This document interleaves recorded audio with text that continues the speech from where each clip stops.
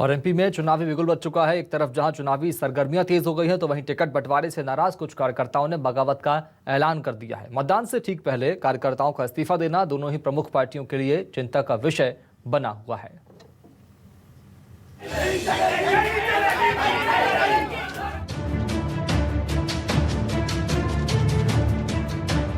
निकाय चुनाव में पार्षदों के टिकट बंटवारे के साथ ही नाराज कार्यकर्ताओं में बगावत के सुर तेज हो गए। टिकट बंटवारे के बाद शहर शहर हंगामा और प्रदर्शन की तस्वीरें देखने को मिल रही हैं। टिकट बंटवारे से कार्यकर्ताओं में नाराजगी की खबर सिर्फ राजधानी भोपाल में नहीं बल्कि पूरे प्रदेश से आ रही है। पूरे प्रदेश में टिकट कटने से नाराज कार्यकर्ताओं ने जमकर बवाल किया है।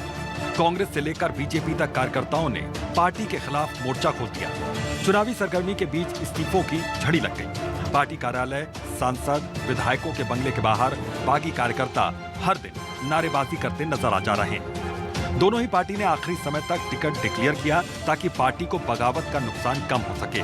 वहीं दावेदारों ने हेलीकॉप्टर लैंडिंग के डर से पहले ही नामांकन दाखिल कर दिया है। पार्टी में बगावत तेज होने से बीजेपी और कांग्रेस की मुसीबत बढ़ गई। पुराने कार्यकर्ताओं को नजरअंदाज करने से जनता में भी आक्रोश देखा जा रहा है।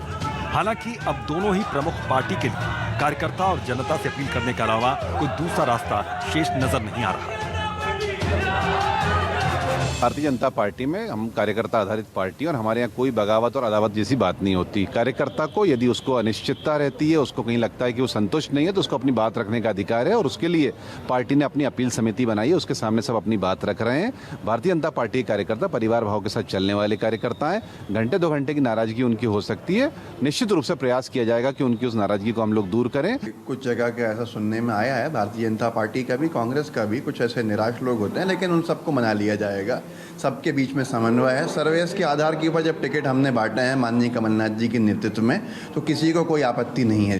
दावेदारों के बागी तेवर से दोनों दल सहम गए। एक तरफ जहां बीजेपी के सामने अपने किले को बचाए रखने की चुनौती है, तो दूसरी तरफ कांग्रेस के लिए नगरीय निकाय चुनाव उम्मीद की एक नई किरण लेकर आएगी।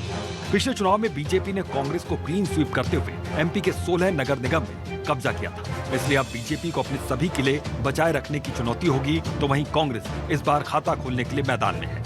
2015 के नगरीय निकाय चुनाव में बीजेपी के 511 पार्षद जीते थे और कांग्रेस निर्दलीय मिलाकर महज 363 पार्षदों को ही जीत मिली थी। कांग्रेस विधानसभा चुनाव के पहले शहरों की सरकार बनाकर 2023 के विधानसभा चुनावों की जमीन मजबूत करने की कोशिश में है, जबकि बीजेपी निकाय चुनाव में जीत हासिल कर विधानसभा चुनाव से पहले ही जीत का माहौल बनाकर 2023 का रास्ता साफ करना चाहती है।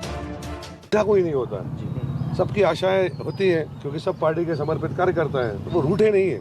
और ये तो हम सब भी राजनीति करते हैं, अंतिम अवसर तक व्यक्ति प्रयास करता है कि मुझे अवसर मिलना चाहिए। पर जो पार्टी की आइडियोलॉजी से जुड़े हैं, जो पार्टी में सिर्फ सत्ता के लिए या किसी पद के लिए नहीं आए हैं, जो पार्टी की विचारधारा से बने हैं, निश्चित तौर पर जब पार्टी अधिकृत प्रत्याशी की घोषणा कर देती है वो बैठ जाते हैं। हमारे कार्यकर्ता हैं, हमारे पार्टी के हैं, उनको जो हमको अगर घर घर जाके भी मनाना पड़े, वो हमारे ही घर तो है। उनका घर हमारा घर, हमारा घर उनका घर, तो उसमें क्या दिक्कत है? सबसे जाके बैठ के बात करेंगे। नाराज नेताओं और कार्यकर्ताओं को मनाने के लिए अब दोनों पार्टियों के दिग्गज नेता सक्रिय हो गए हैं। दोनों राजनीतिक दलों ने अपने प्रभावशाली नेताओं को रूठे कार्यकर्ताओं को मनाने की जिम्मेदारी सौंपी है। लेकिन दिग्गज टिकट के दावेदारों का गुस्सा देखकर पार्टी में डर का माहौल है। इन सब के बीच ये तय हो गया कि शहर और गांव की सरकार जो बनाएगा वो 2023 में सत्ता की गद्दी के सबसे करीब ही पहुंच जाएगा। न्यूज़ 24 मध्य प्रदेश छत्तीसगढ़ के लिए भोपाल से शब्बीर अहमद की रिपोर्ट।